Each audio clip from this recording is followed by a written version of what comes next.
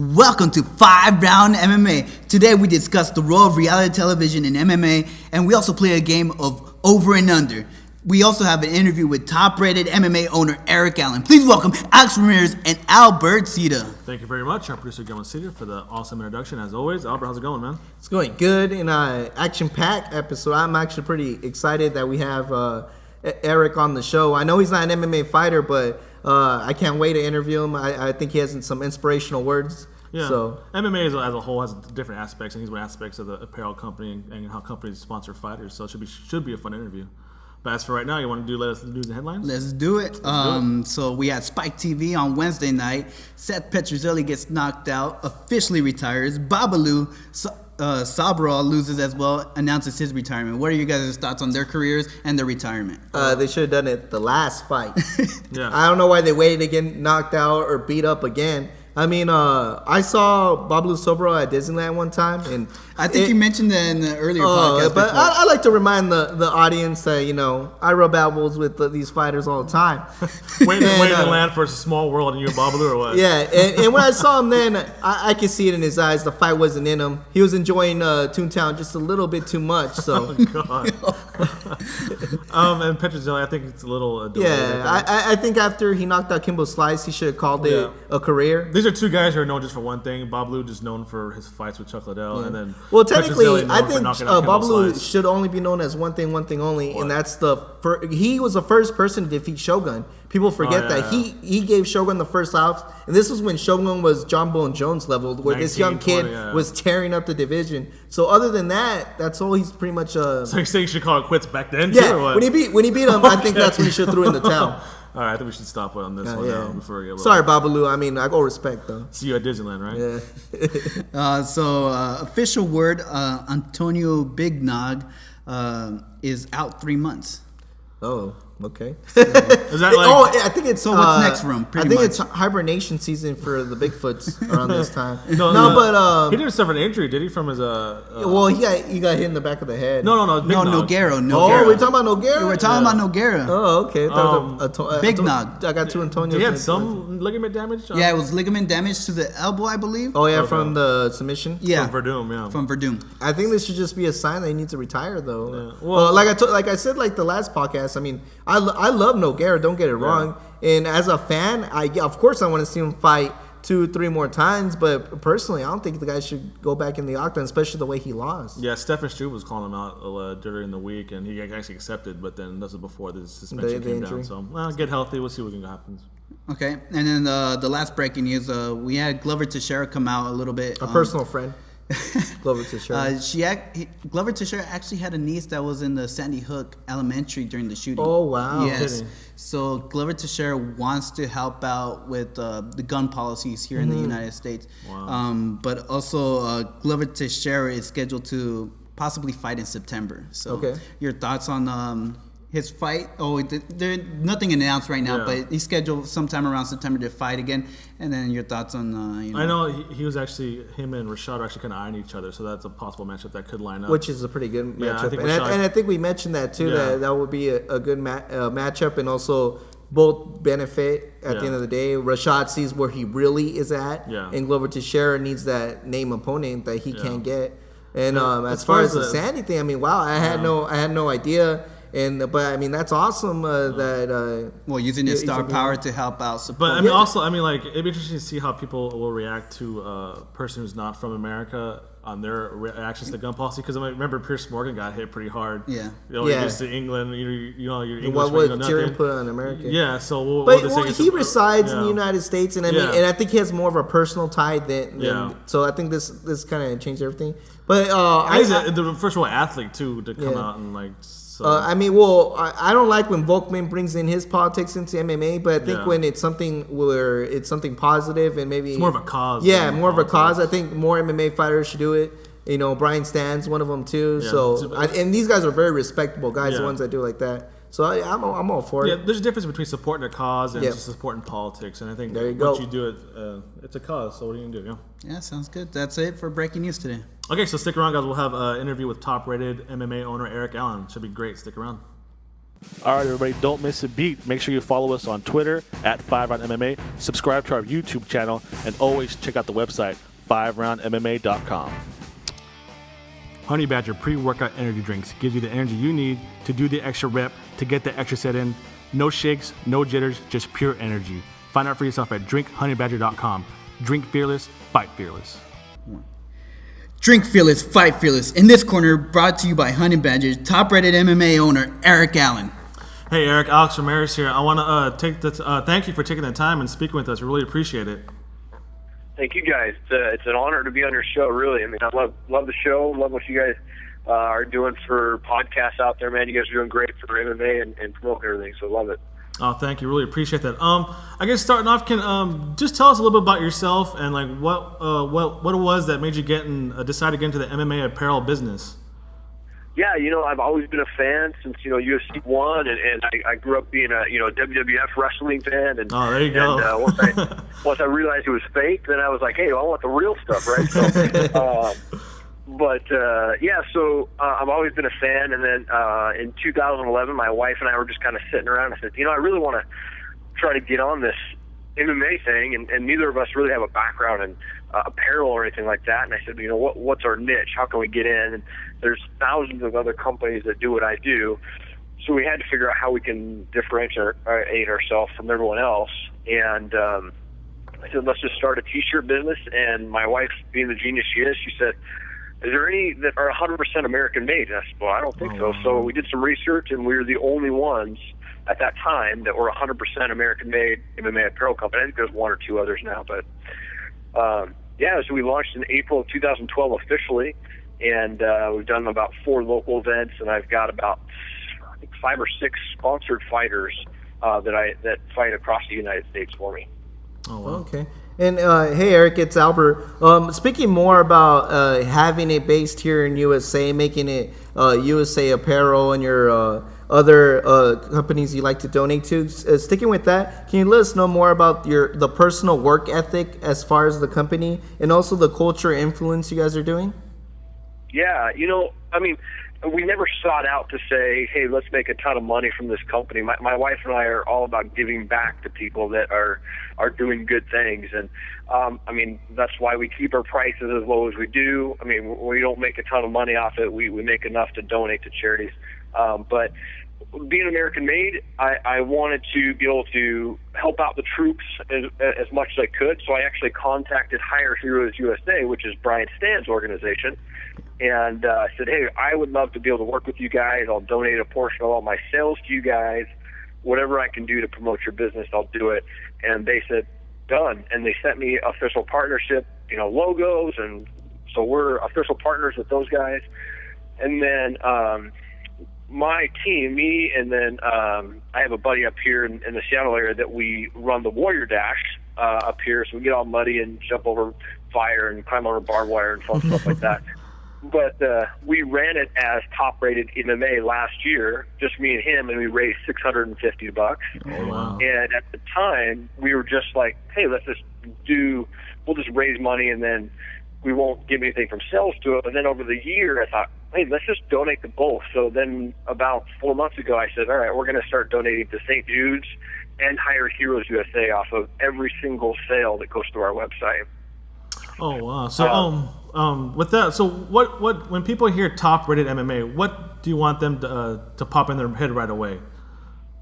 I want them to realize that we're an honest company that really just want to be able to help out and give back to the community. We want to give back to fighters. We want to give back to the troops, and give where there's needs that need to be done.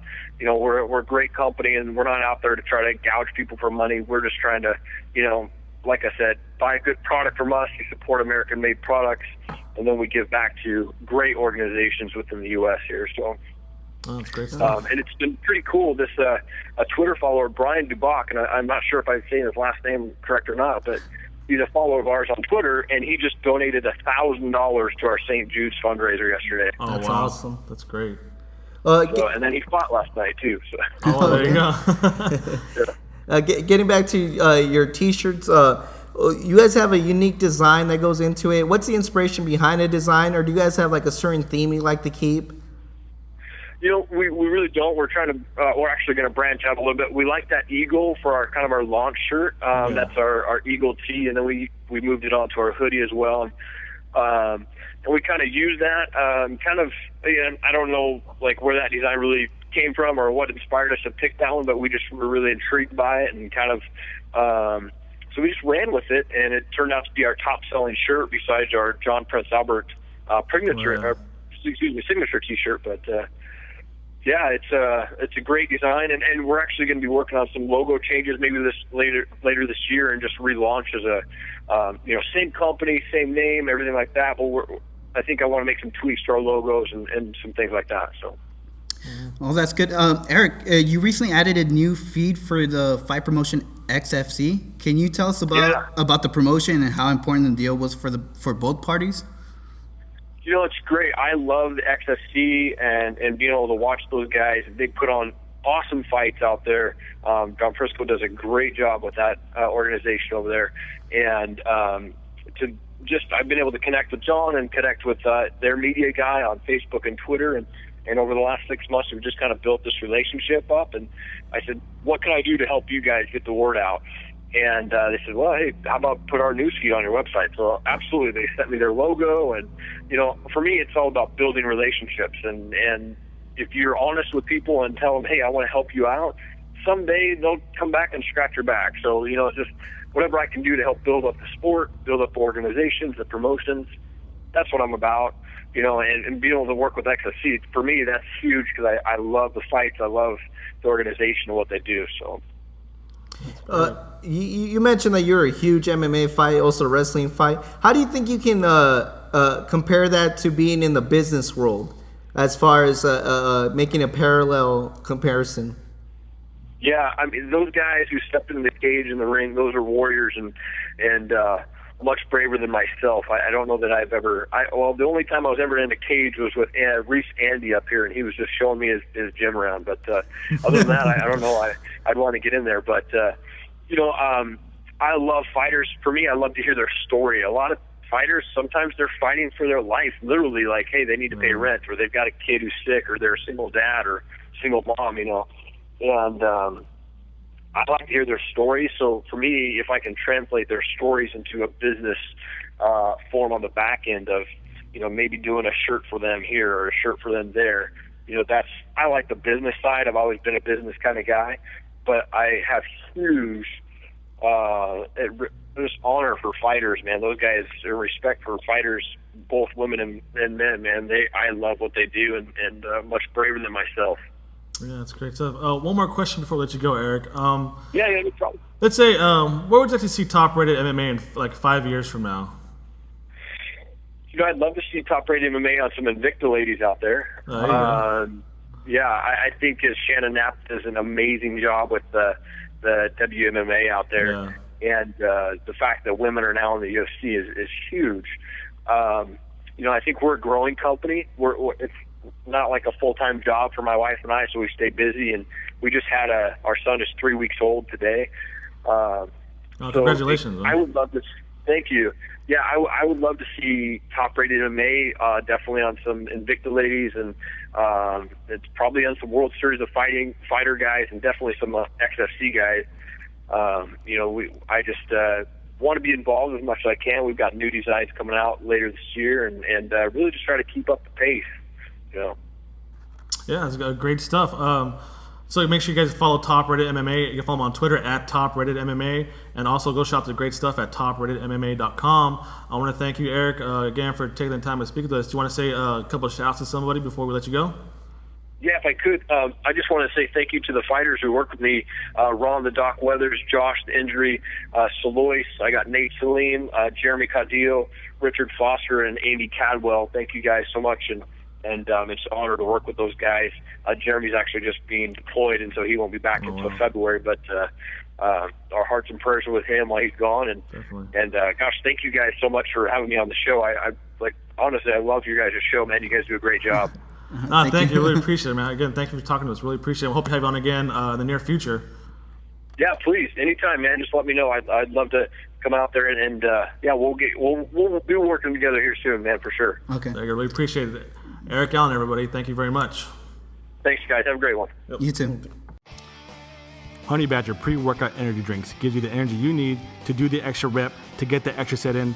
No shakes, no jitters, just pure energy. Find out for yourself at drinkhoneybadger.com. Drink fearless, fight fearless. Fight Master debuted this week on Wednesday, and now we have Tough coming up real soon with Ronda Rousey and Miesha Tate. So what do you guys thought on the new Spike TV series? Well, actually, I want to say it completely different. Well, this is Spike TV, who originated, I guess, MMA reality, right? With Yeah. Ultimate Fighter. So now they're trying to have with Bellator, Fight Master, which is a little different take, I guess. So what was your take on this? My whole thing was, like, I'm going to take boxing, for example, right? At the end of the day, both MMA and boxing, their product is the actual fights. The problem is you can't predetermine how good a fight's going to be.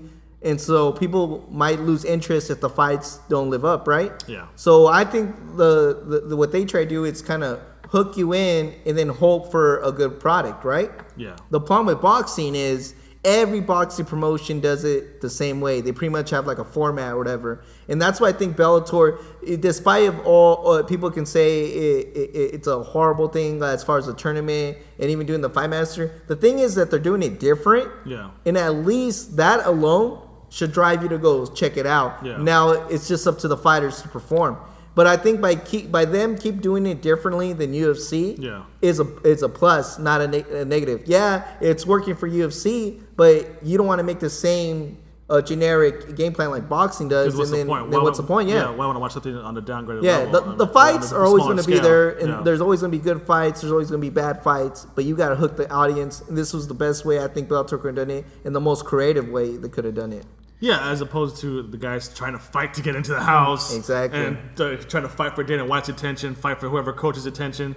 These guys are actually going to fighting show what we have. And I'll pick you because I think you could better hone my skills than just you picking me at random. And I think that kind of eliminates too, because how many, almost every season you have the coach has a couple fighters already sprinkled into the cast. Well, that's my guy I train with them. That's my guy. He's on my team already. So that's already kind of like a little. I never liked that with the Ultimate Fighter.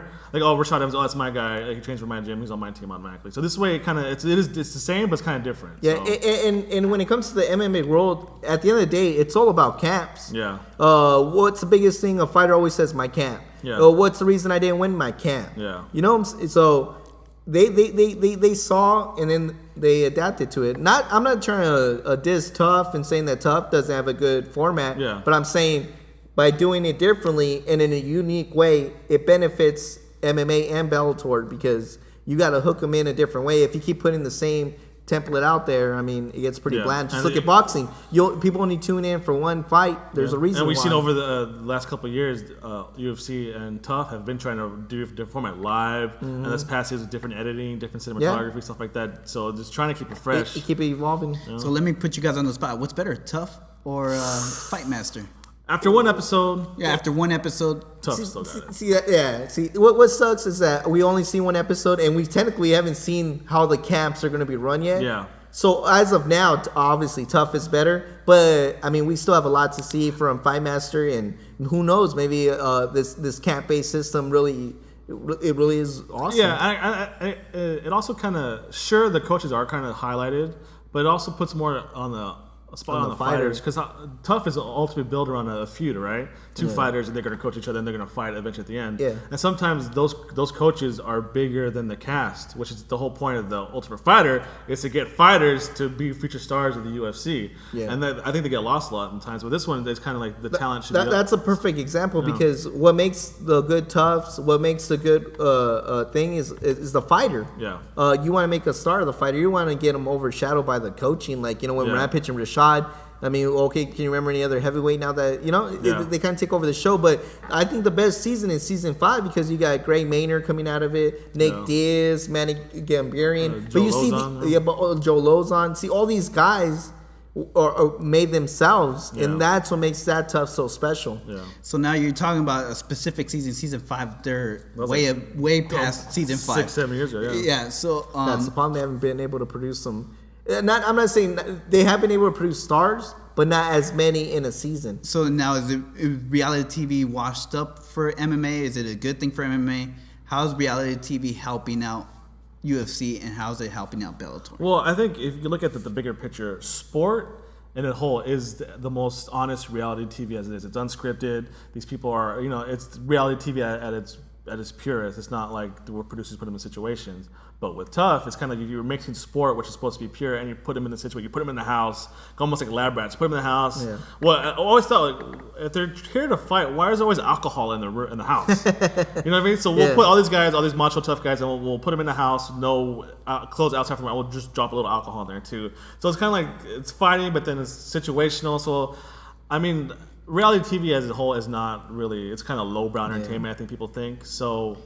Well, I think it's like a give and take relationship. I mean, it has its good and it has its bad, but if you gotta take them both. Yeah. But then, like, UFC credits the Forrest Griffin-Stephan Bonner fight, which saving them actually, which stem from the reality show as the saviors. So it's kind of weird. Like, it needs it, but then, like, I don't know. Do you think like it's kind of frowned upon in mass media? Like, what if the MLB had a reality show where we'll take 5 prospects and if they make the team, they make the team? To counter that. The NFL has that HBO special, the Hard Knocks, right? Hard Knocks, and that's a huge. And now the NBA TV has the association. But see the difference, but then like you said, the difference is that they're capturing it already in their natural habitat, rather than bringing them into a different habitat. So. Yeah. And it's not like, okay, well, this week this team has this, fight, and then kind of pick and choose strategies. It's a really weird mix. But I don't know. I mean, it's all about finding the right niche, and we'll see in fight. Well, obviously, Tough is on its 18th season coming up. I mean, Spike TV thought that the reality TV MMA needs more reality TV, so they came with the Fight Master. So obviously they're gonna keep doing it. So what do you think is the future for reality TV and MMA? Honestly, it's. Do you think Tough could keep? I think it's going to be up to this. It's going to be up to this Tough. I think if this Tough enough gets out of control, whatever, I think they might even scrap the whole thing, or maybe make like a tournament mode or something. Because it's tough. Because after a while, like, what if there's one? Like, if there's 2 every year, what does it mean to be a Tough winner? Yeah. I mean, Kendall Grove won Tough. I mean, with Mac Danzig won Tough. I mean, those guys are not even in the UFC anymore. Yeah. So is it important? Is it not important? I mean, the titles kind of doesn't mean anything anymore. Really, it doesn't mean anything anymore. But I don't know. I mean, maybe they just. I think they'll still keep doing it because it's a way to promote fights. And they also have a lot of international ones lined up too. Yeah, they're expanding Tough if anything else. They're not going to. I think it's going to keep going on. So, but I don't know. What do you think? Do you think I think the girls will save Tough. Yeah. After the girls' Tough season, I think maybe we'll see 1 or 2 more Toughs. Depending on the ratings, I could see Tough disappearing. Yeah, because you think I don't think Fox has a lower tolerance for lower ratings than I think Spike TV did. Yeah, that's true. I think what's gonna save the UFC is RFA.